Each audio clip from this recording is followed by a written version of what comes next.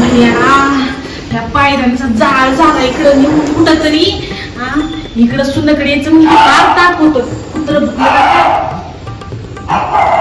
भैया शेजाऱ्यांनी कुत्र पाळलंय वाटतं, मरणाचं भुकायला लागले.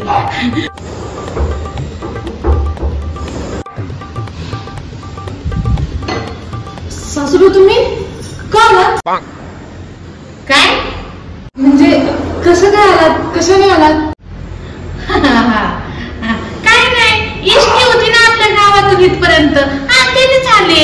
आता आतमध्ये बोलायचं का नाही, इथंच उभा करशील.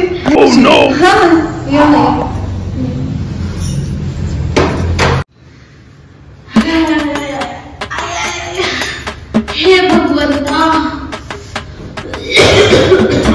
या दमून गेले मी माहिती का, चालून चालून पायाचा पार पित्ता पडला माझ्या.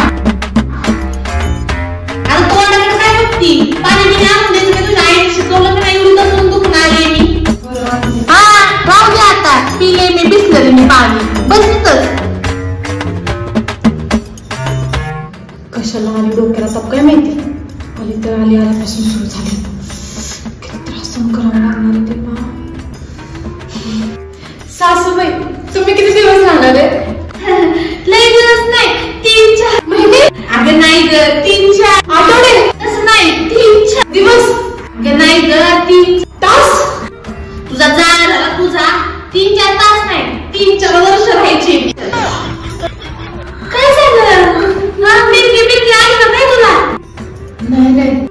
बरं मग खायला चांगलं मटण बनव बघ. आलं किती वर्ष झालं खाल्लं नाही काय माहिती, मरणाचा कटाळा आहे स्वयंपाकाचा. मालिक कुठे गेलाय? ते गेले तर ऑफिसला. गेलाय घरी हिला ठेवून.